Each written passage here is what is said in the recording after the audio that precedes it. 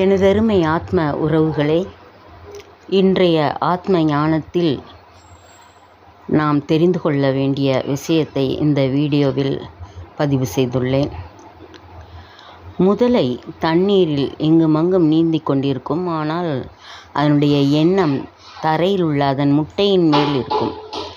அதுபோல நாம் இந்த உலகத்தில் உள்ள நமக்கென விதிக்கப்பட்ட கடமைகளில் ஈடுபட்டாலும் மனதை மட்டும் கடவுளிடம் வைத்து கொண்டே இருக்க வேண்டும். கொழுக்கட்டைக்குள்ளே வெவ்வேறு பூரணங்கள் வைக்கப்படுவது போல மக்களின் இயல்புகளும் வெவ்வேறானவைகளாக உள்ளன. நமது உடல் ஒரு தலையணையது உறை போன்றது. அந்த உறைக்குள் பஞ்சு போன்ற எதை வேண்டுமானாலும் போட்டு வைக்கலாம்.